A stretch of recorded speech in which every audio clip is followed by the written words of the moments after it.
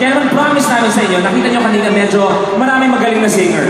Ngayon, kami ni Ate Alex, will take it to a whole new level, di ba? Yes, kaya mahal namin kayo, papakita natin ang tunay na boses ng Pilipino. Tama, Ate? Well, mga kapamilya, nakita niyo naman po kanina, di ba po, ang ganda ng mga nangyari kanina, ang kahulusay nila lahat. Mga icon. Mga icons. Yes. Ngayon, ito na po talaga ang pinunta nyo dito. Ibibigay na namin sa inyo. Ito na ang climax ng show. At syempre, makakasama pa po namin ang aming very, very special guest. Pagdating sa pag-arte on-screen sa TV, magaling din siya. Ay, walang question yan. Wala. Makikita natin dito sa awitan. Okay. Yan, tawagin na natin. Ito, kanina sa dressing room, praktisado. Please welcome, on karaoke, Mr. Coco Martin!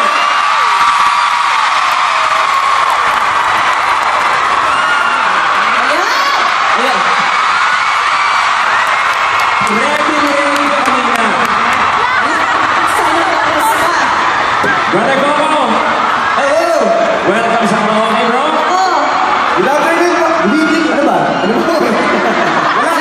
Wala ako sa sarili ko. Good afternoon po sa inyo lahat. Ito, Brother Coco.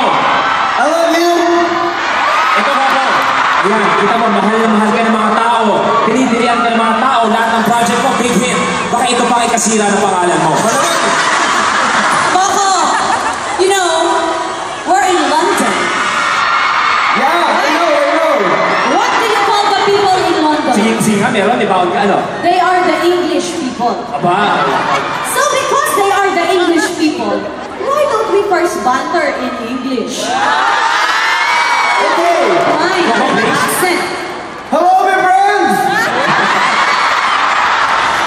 Ano, taling ko natin ito, kaya ka?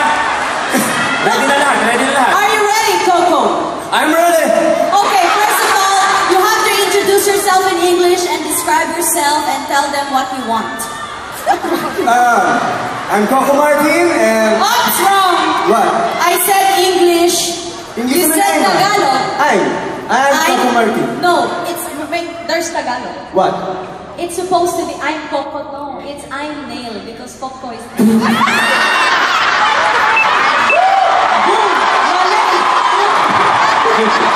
Sa lahat po namin.